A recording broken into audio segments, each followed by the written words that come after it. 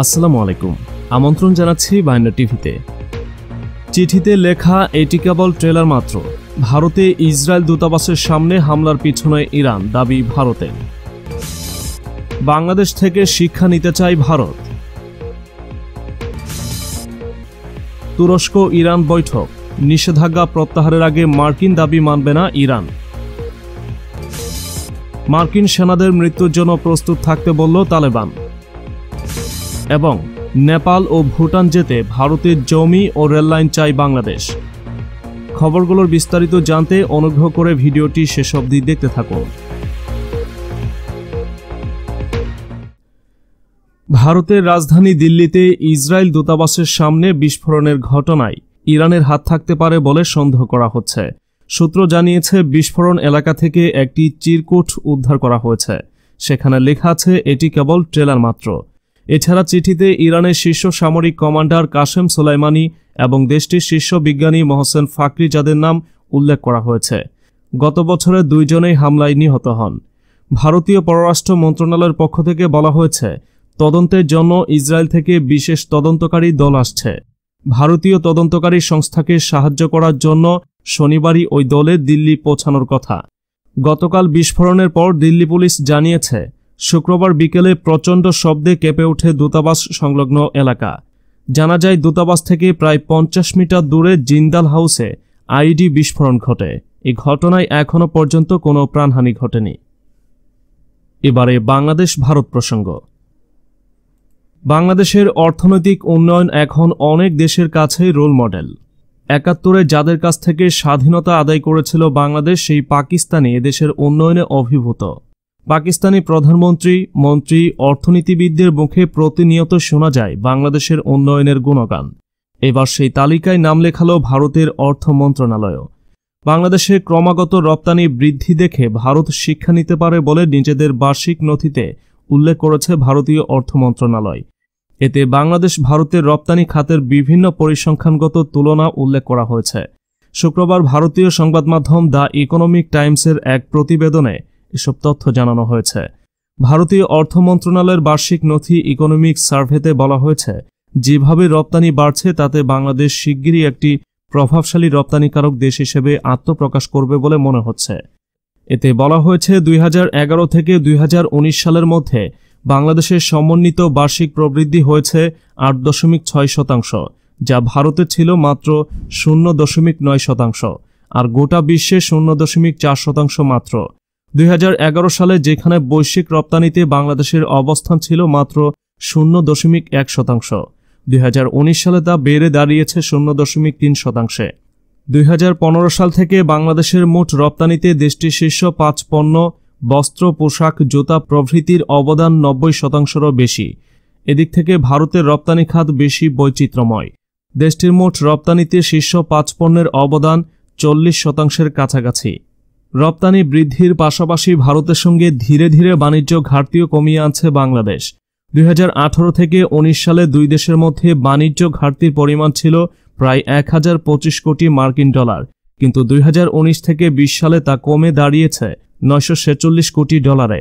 এসব তথ্যগুলো উল্লেখ করে ভারতীয় অর্থ মন্ত্রণালয় বলেছে, প্রতিযোগিতামূলক পণ্যগুলোতে বিশেষত্ব তৈরিতে বাংলাদেশকে দেখে শিক্ষা নিতে পারে ভারত।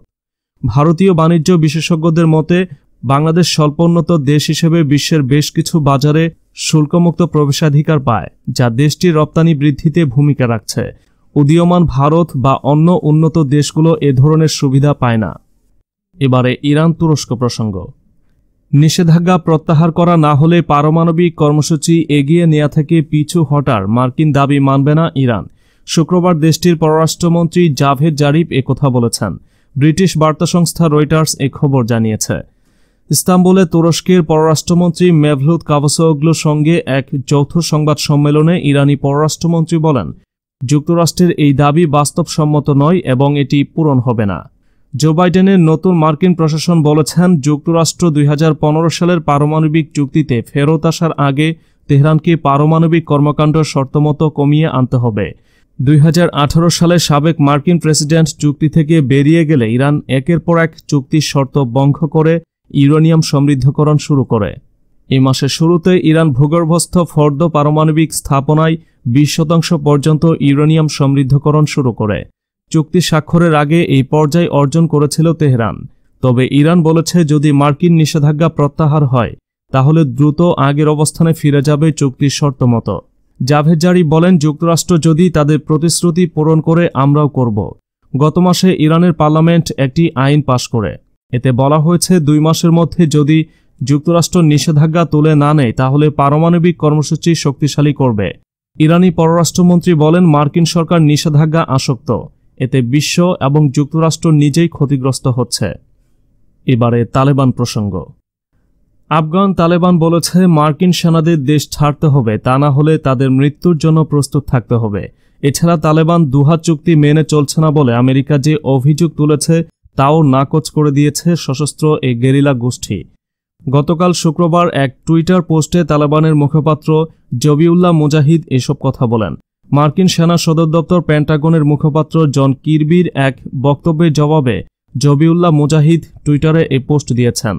জন কির্বি বলেছেন, তালেবান দুহা চুক্তির প্রতি সম্মান দেখাচ্ছে না এবং তারা যতক্ষণ পর্যন্ত চুক্তির প্রতি প্রতিশ্রুতিবদ্ধ না হবে ততক্ষণ পর্যন্ত আফগান থেকে সেনা প্রত্যাহার করা হবে না। গত বছরের ফেব্রুয়ারি মাসে কাতারের রাজধানী দোহায় তালেবান ও আমেরিকার মধ্যে একটি চুক্তি হয় যাতে আফগানিস্তান থেকে সেনা প্রত্যাহারের প্রতিশ্রুতি দেয় আমেরিকা। অন্যদিকে তালেবান মার্কিন সেনাদের উপর হামলা বন্ধ করার প্রতিশ্রুতি দিয়েছিল। এ প্রসঙ্গে জবিউল্লাহ মুজাহিদ বলেন, চুক্তির প্রতি তালেবান সম্মান দেখাচ্ছে না বলে পেন্টাগন যে দাবি করছে তা মিথ্যা। তিনি দাবি করেন তালেবান ওই চুক্তির প্রতিটি ধারা উপধারা মেনে চলতে প্রতিশ্রুতিবদ্ধ এবং চুক্তির প্রতি পূর্ণ সম্মান দেখাচ্ছে। আবারও ভারত বাংলাদেশ প্রসঙ্গ। নেপাল ও ভুটানের সাথে যোগাযোগ বাড়াতে ভারতের কাছ থেকে তাদের আরও নতুন ভূমি ও রেললাইন এবং স্থলবন্দর ব্যবহারের সুযোগ চায় বাংলাদেশ। দিল্লিতে দুদেশের পররাষ্ট্র সচিব পর্যায়ের বৈঠকে শুক্রবার ভারতের কাছে এমন অনুরোধ তুলে ধরেছেন বাংলাদেশের পররাষ্ট্র সচিব মাসুদ বিন মোমেন। 2016 সালে এই বাংলাদেশ ভারত নেপাল ভুটান আন্তর্দেশীয় রেল যোগাযোগ স্থাপনে একমত হয়েছিল। আর এবার ঢাকা দিল্লির কাছে অনুরোধ জানালো এই বাবদে ভারতকে নতুন ভূমি, রেললাইন ও স্থলবন্দর ব্যবহার করতে দিতে। নয়াদিল্লির হায়দ্রাবাদ হাউজে অনুষ্ঠিত এই পররাষ্ট্র সচিব পর্যায়ের বৈঠকটি ছিল মূলত আগামী মার্চ মাসে ভারতীয় প্রধানমন্ত্রী নরেন্দ্র মোদী ঢাকা সফরের প্রস্তুতি নিয়ে। তবে বৈঠকে যে সংবাদ বিজ্ঞপ্তি পাঠিয়েছে ঢাকার পররাষ্ট্র মন্ত্রণালয় তাতে দেখা যাচ্ছে আরও কিছু বিষয়ে আলোচনা হয়েছে সেখানে।